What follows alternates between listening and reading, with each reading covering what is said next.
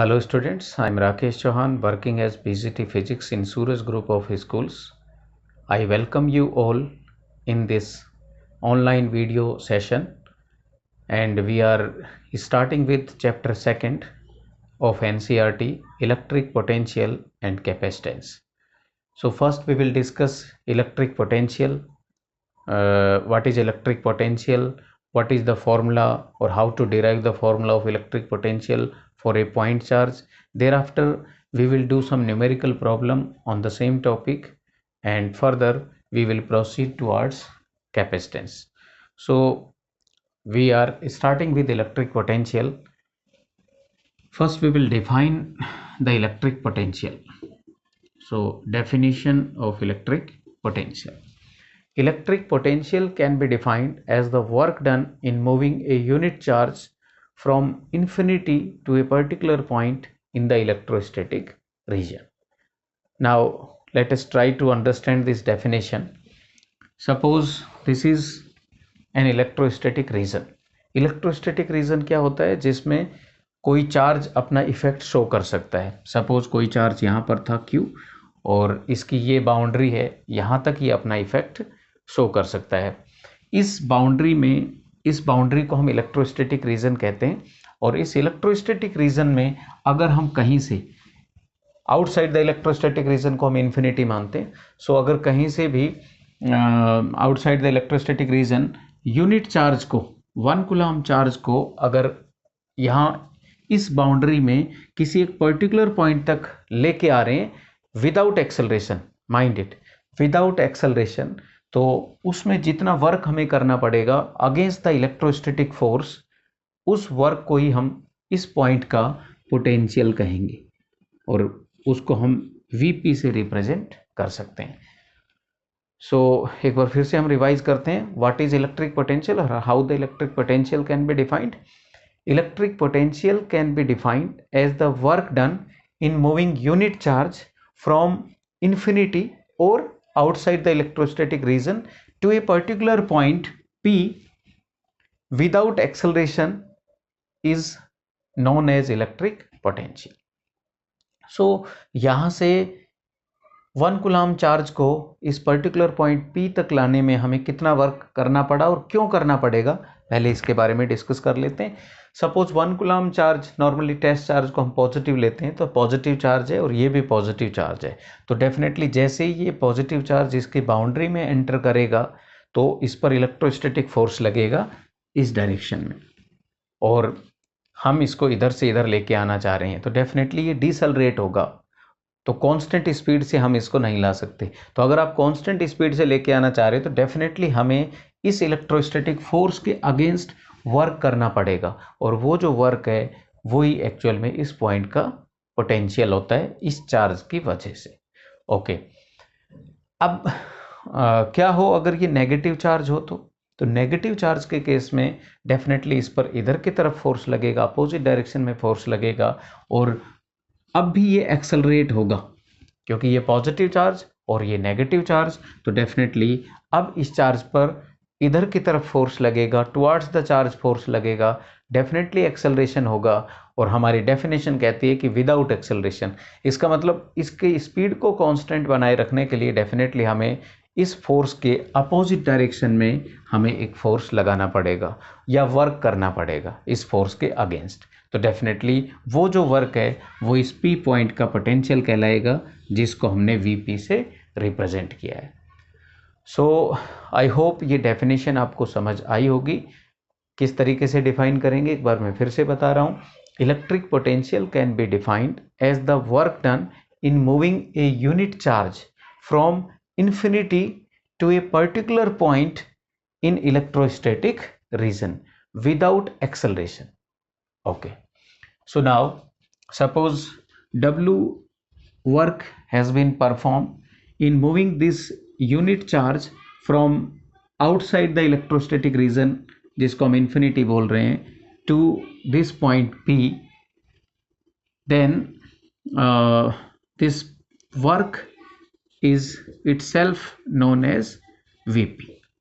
But अगर हम unit charge को नहीं लेके आए और यूनिट चार्ज की जगह क्यू चार्ज को हम सपोज लेके आ रहे हैं, क्यू चार्ज को इन्फिनिटी से पी पॉइंट तक लेके आ रहे हैं, तो सपोज वर्क किया गया कितना W, तो क्यू चार्ज को लाने में W वर्क करना पड़ा। बट डेफिनेशन क्या कहती है कि यूनिट चार्ज को लाने में कितना वर्क करना पड़ा बिना एक्सेलरेशन के, तो हम कहेंगे W/Q, और ये हमारे पास पोटेंशियल का फॉर्मूला आ जाएगा। So potential can be defined as work done per unit charge, और यहाँ से पोटेंशियल की यूनिट भी हमारे पास आ जाएगी। वर्क की यूनिट होती है जूल और चार्ज की यूनिट होती है कूलाम, सो जूल पर कूलाम। हालांकि हम इसको बार बार जूल पर कूलाम नहीं बोलेंगे, और इसी को हम कहते हैं volt. Joule per coulomb is also known as volt. So this is the definition of electric potential. Now sometimes 1 volt is also said to be defined. So how you will define 1 volt electric potential? So 1 volt electric potential आप यहाँ से define कर सकते हो, V is equal to W/Q. So suppose W is equal to 1 joule and Q is equal to 1 coulomb. So how much we are having? So V is equal to 1 divided by 1, that is 1 volt. So now you can frame the definition of 1 volt. 1 volt potential can be defined as the value of electric potential when 1 joule work is done in moving 1 coulomb charge from infinity to a particular point. So this is how 1 volt electric potential can be defined. Okay, so this is the definition of electric potential and 1 volt or unit potential. Now we are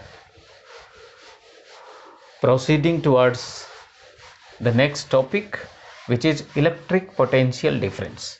अभी हमने पढ़ा electric potential, but electric potential difference is different to the electric potential. So now potential difference.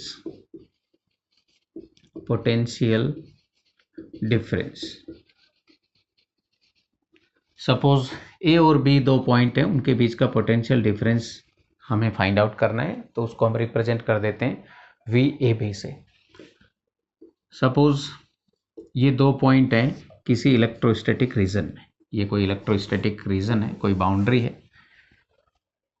इस point पर जो potential है वो है VA, इस पॉइंट पर जो पोटेंशियल है वो है VB।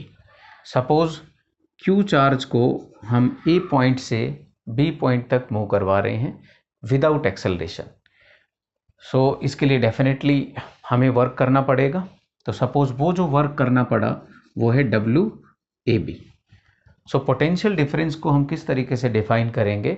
Potential difference between the 2 points can be defined as the work done in moving a unit charge from one point to the other point in the electrostatic region. So suppose Q charge को A से B point तक move करवाने में हमें work करना पड़ा WAB। So unit charge को move करवाने में कितना वर्क करना पड़ेगा? तो डेफिनेटली WAB/Q, और इसी को हम कहेंगे potential difference between the 2 points. So potential difference हमेशा 2 पॉइंट्स के लिए डिफाइन किया जाता है, जबकि पोटेंशियल जो है वो किसी एक पॉइंट के लिए डिफाइन किया जाता है। इसमें जो दूसरा पॉइंट है वो हम आउटसाइड द इलेक्ट्रोस्टैटिक रीजन लेते हैं, जिसको हम इन्फिनिटी बोलते हैं। तो इसलिए ये आपको ध्यान देना बहुत ज़रूरी है कि what is the difference between potential and potential difference.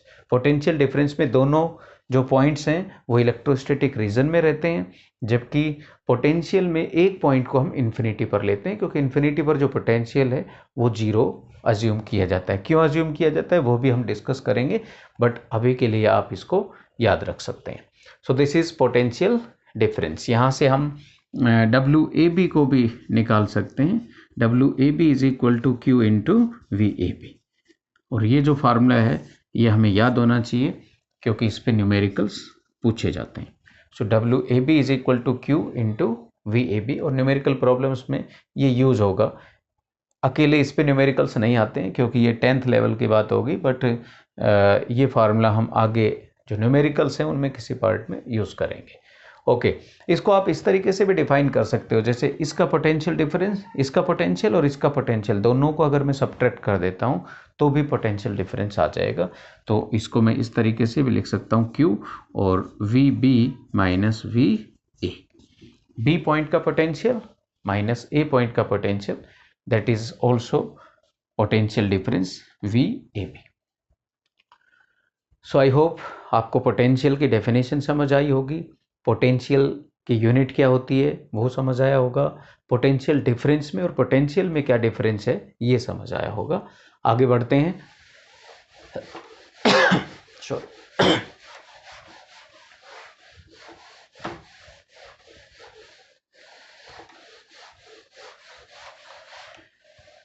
कई बार इलेक्ट्रिक पोटेंशियल का डायमेंशनल फार्मूला भी पूछा गया है।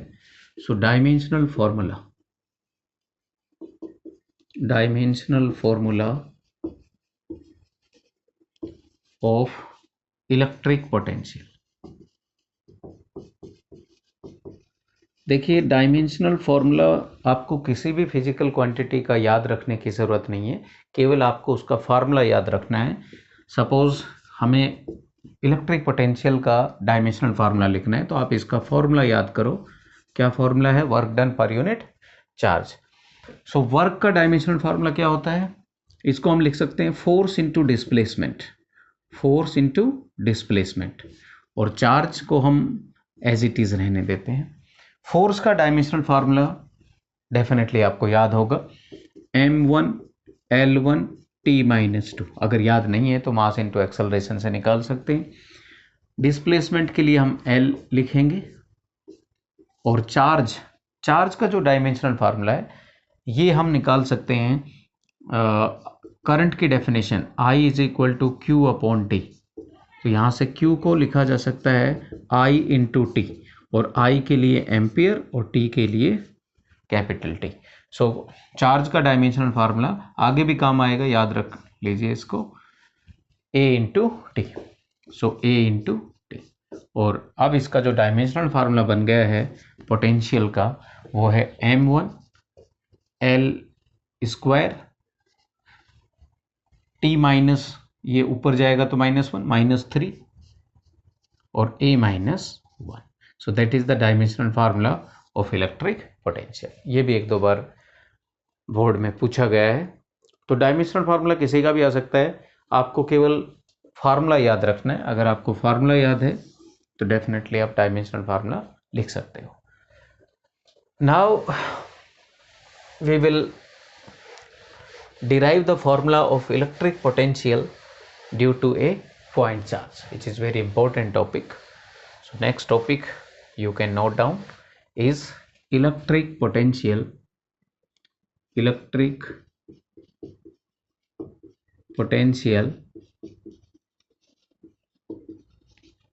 due to a point charge। एक कोई पॉइंट चार्ज है, उससे r डिस्टेंस पे कितना पोटेंशियल होगा, इसका फार्मूला हमें डिराइव करना है। So suppose this is the point charge Q situated at point O, and at a distance r there is point P at which we want to derive the formula of potential. So अगर मैं इस line को थोड़ा आगे extend कर दूं और इस लाइन पर दो इंटरमीडिएट पॉइंट A और B में अज्यूम करूं जो कि पास पास हैं, ये सपोज A है और ये B है, या इसको आप A मान सकते हो, इसको B, और इन दोनों के बीच में जो डिस्टेंस है, डिफरेंस है, डिस्प्लेसमेंट आप कह सकते हो, वो है dx सपोज। और डेफिनेटली A और B पास पास अगर हैं तो, और दोनों के बीच का जो डिफरेंस है वो बहुत कम है, तो O से जो डिस्टेंस है वो A और B की ऑलमोस्ट सेम अज्यूम की जा सकती है, और वो मैंने अज्यूम की है सपोज x। और यहाँ पे अगर मैं इस लाइन को आगे एक्सटेंड करता हूँ इन्फिनिटी तक, तो ये इन्फिनिटी, यहाँ से हम इसको इस तरीके से रिप्रेजेंट कर सकते हैं। तो ऐसा हमने क्यों किया? पहले तो ये डिस्कस करेंगे। देखो हमने जो डेफिनेशन पढ़ी है अभी इलेक्ट्रिक पोटेंशियल की, इलेक्ट्रिक पोटेंशियल क्या होता है? Work done in moving a unit charge from infinity to a particular point in the electrostatic region without acceleration. तो हम क्या करेंगे, किसी क्यू चार्ज को इन्फिनिटी से पी पॉइंट तक लेके आएंगे। इसमें जितना भी वर्क करना पड़ा अगेंस्ट द इलेक्ट्रोस्टैटिक फोर्स, उस वर्क को चार्ज से डिवाइड कर देंगे तो work done per unit charge potential आ जाएगा। तो यही हम इस पूरे डेरिवेशन में करने वाले हैं। तो मेरे हिसाब से डायग्राम में आपको कोई दिक्कत नहीं होनी चाहिए, मैं फिर से एलोबरेट कर देता हूँ। This is the point charge Q due to which we want to derive the formula of electric potential at a distance R। Distance R यहाँ से यहाँ तक डिस्टेंस है, इस P पॉइंट की डिस्टेंस है in the electrostatic region. A और B दो इंटरमीडिएट पॉइंट्स हमने ले लिए हैं क्योंकि यहाँ पर हम वर्क निकालेंगे एक्चुअल में against the electrostatic force. Electrostatic force इस क्यू चार्ज पर जब ये यहाँ पहुँच जाएगा तो किधर लगेगा? तो डेफिनेटली आउटवर्ड, अगर पॉजिटिव है तो ये, और टेस्ट चार्ज को भी अपन नॉर्मली पॉजिटिव लेते हैं। तो जो फोर्स लग रहा होगा वो इधर की तरफ और जो डिस्प्लेसमेंट होगा वो इधर की तरफ। तो डेफिनेटली वर्क जब हम निकालेंगे तो वो नेगेटिव आएगा, तो इस चीज़ का भी हमें ध्यान देना है। और उस वर्क को जब हम इंटीग्रेट कर देंगे फ्रॉम इन्फिनिटी टू R तो हमारे पास वर्क आ जाएगा इस क्यू चार्ज को इन्फिनिटी से इस P पॉइंट तक लाने में जितना भी वर्क करना पड़ा वो। So let us start with this derivation. Work done in moving charge Q from point A to point B। dW से सपोज हमने इसको रिप्रेजेंट किया, dW is equal to force into displacement. So force इस charge पर कितना लग रहा है? F। कौन लगा रहा है ये फोर्स? डेफिनेटली क्यू चार्ज, जब ये इलेक्ट्रोस्टैटिक रीजन में एंटर कर गया है तो।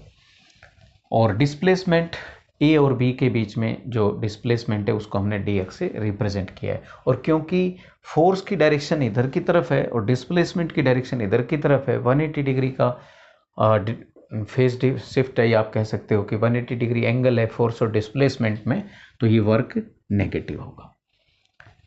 This is equation suppose first.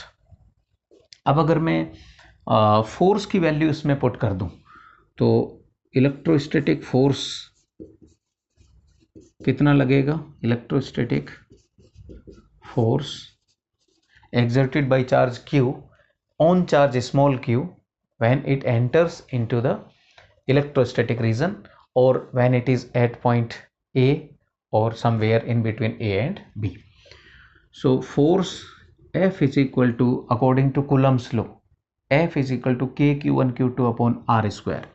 So K Q1 की जगह कैपिटल Q, Q2 की जगह स्मॉल q, और डिस्टेंस, तो जैसे कि हमने इस डिस्टेंस को x अज्यूम किया हुआ है A और B के बीच की जो A और O की या B और O के बीच की जो डिस्टेंस है उसको, A और B क्योंकि पास पास है तो इसलिए इस डिस्टेंस को ऑलमोस्ट हम x लिख सकते हैं। सो यहाँ पर हम लिखेंगे x square. This is equation second. Now we will put the value of this force into equation first. So from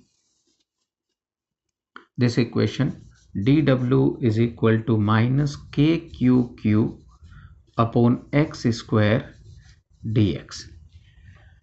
ये वर्क है in moving this charge Q from point A to B against the electrostatic force।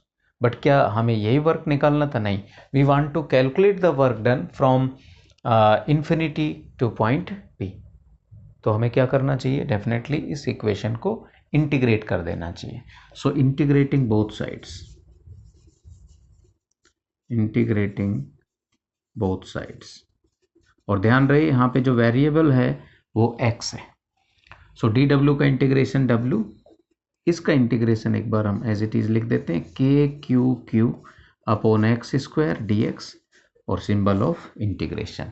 Now it is a finite integration, तो इसकी limit भी होनी चाहिए, और limit हो जाएगी x की वैल्यू, जब चार्ज यहाँ पर था इन्फिनिटी पे तो x की वैल्यू इन्फिनिटी, और जब ये चार्ज Q यहाँ पर पहुँच गया तो उस समय x की वैल्यू R के इक्वल, तो अपर लिमिट हो जाएगी इसकी R। और x क्योंकि वेरिएबल है तो x के अलावा जो भी चीज़ आपको दिखाई दे रही है उसको आप बाहर लिख सकते हो। सो यह आ जाएगा W is equal to minus k q और Q इंटीग्रेशन 1/x² dx, और लिमिट है इन्फिनिटी टू R। इसको हम सॉल्व करते हैं। माइनस के क्यू और 1/x² dx का इंटीग्रेशन डेफिनेटली आपको पता होगा, वो जो फार्मूला है इंटीग्रेशन का x raise to the power n dx से x n+1 divided by n+1। तो यहाँ पर पावर -2 है, -2 में एक ऐड करेंगे -1 से डिवाइड, तो -1/x is the integration of 1/x² with respect to x. So infinity to R, that will be the limit. Now minus and minus plus हो जाएगा k और इसमें हम लिमिट पुट कर देते हैं। एक बार x की जगह upper limit that is R, एक बार x की जगह lower limit that is infinity. 1/∞ 0 हो जाएगा, k/r। ये वर्क आ गया है in moving charge Q from infinity two point P। But हमें ये वर्क नहीं निकालना है, हमें वर्क निकालना है यूनिट चार्ज को मूव करवाने में। तो क्या करना चाहिए, इस चार्ज को इसके नीचे लिख देते हैं W/Q, यह आ जाएगा work done per unit charge kQ/R, और इसी को हम कहते हैं इलेक्ट्रिक पोटेंशियल। तो इलेक्ट्रिक पोटेंशियल का जो फार्मूला हमारे पास आ जाएगा वो है kQ/R। ये फार्मूला हमें याद भी रखना है, और अगर अपन इसको ध्यान से देखेंगे तो डिस्टेंस के साथ इलेक्ट्रिक पोटेंशियल किस तरीके से वेरी कर रहा है, तो हम कहेंगे V is inversely proportional to R। तो कई बार इसका ग्राफ भी पूछा जाता है।